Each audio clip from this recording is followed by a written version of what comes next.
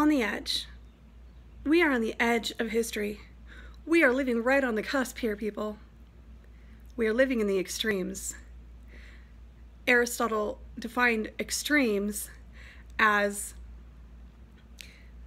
the extreme of deficiency and the extreme of excess, and the golden mean as in the middle.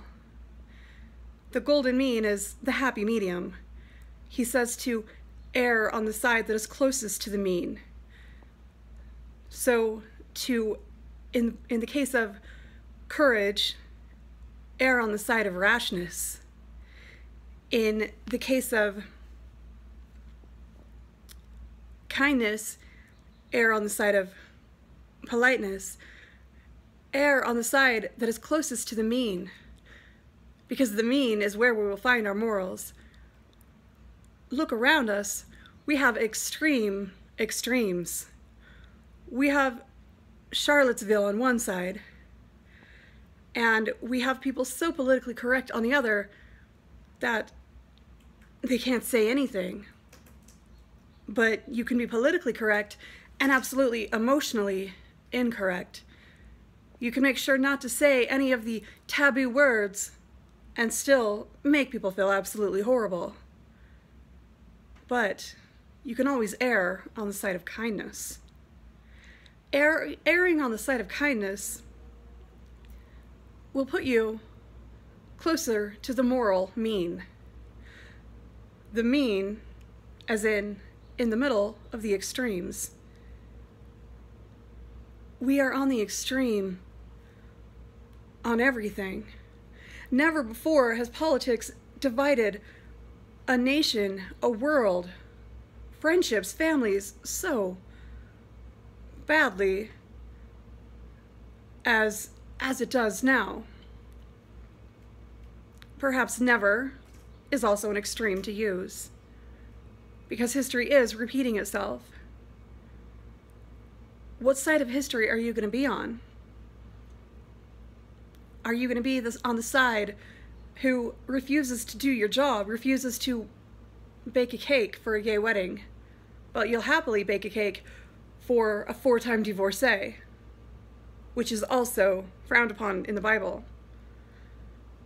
If you're going to discriminate based on your religion, equally discriminate. Or err on the side of kindness, because we are on the edge of making history. We are on the edge of breaking history. As Americans, as people, as human beings, we are absolutely on the edge. And now, there is no greater time to make a choice on which side of the divide we're going to fall. And as in our personal lives, in our national political lives, we have 3 choices when faced with a very trying period. Personally, when we have horrible decisions, horrible things go on in our lives, the 3 choices are to give up entirely, like suicide, to give up mostly, never get out of bed, or to keep on living. I'd be lying if I told you I hadn't tried suicide. I have. Twice. Clearly it didn't work. And I'd be lying if I told you I didn't lay around in bed for at least a year. After I was diagnosed with multiple sclerosis and fibromyalgia, they both came on suddenly and very hard. I suddenly stopped walking a few weeks before my 36th birthday. I suddenly stopped walking and being able to work shortly after I had procured the job of teaching college, for which I'd worked for 15 years. I suddenly stopped working. I lost all my jobs. I lost my truck. The depression caused me to lose half my family. I lost my entire life. What was the point? And so I didn't get out of bed. I didn't have the energy to try suicide again. But I didn't get out of bed. I didn't have the energy to move. In fact, I wasn't able to do anything. I lived in a skilled nursing home at the age of 36. I had really good-looking nurses with full-sleeve tattoos, and I'm like, hey, you're pretty hot. Do you want to change my diaper?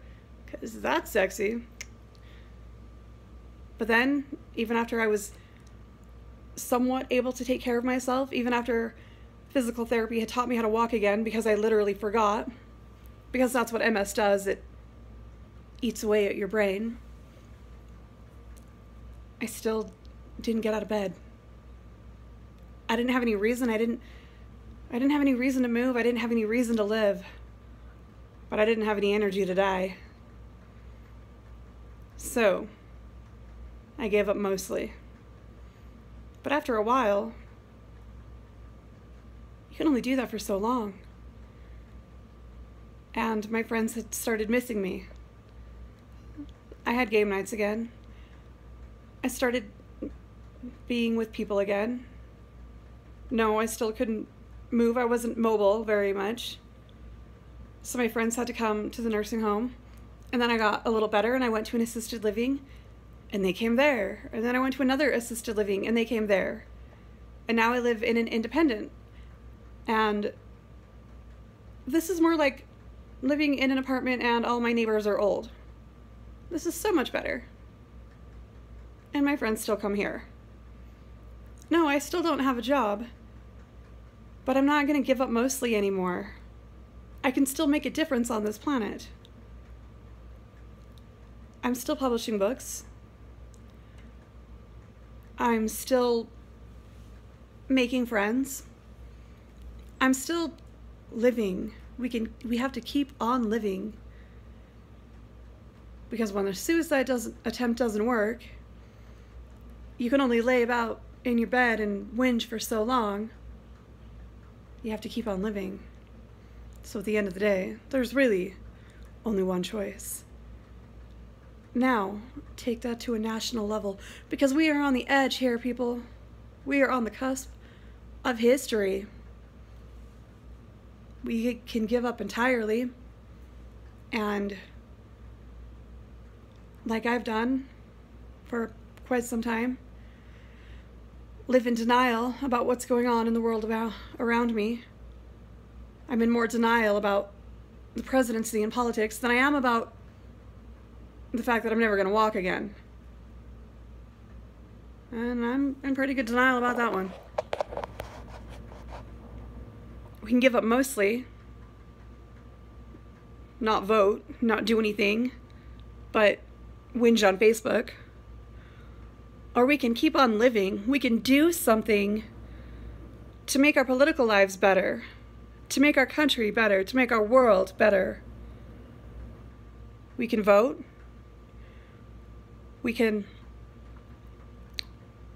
err on the side of kindness. At the very least, we can err on the side of kindness. In this tumultuous edge of history, we can always err on the side of kindness. Because that is what people are going to remember about us. How they felt when they were with us. Not what we said, not what we wore, not even what we did, but how they felt. So on this edge, this historical edge, keep on living. Err on the side of kindness.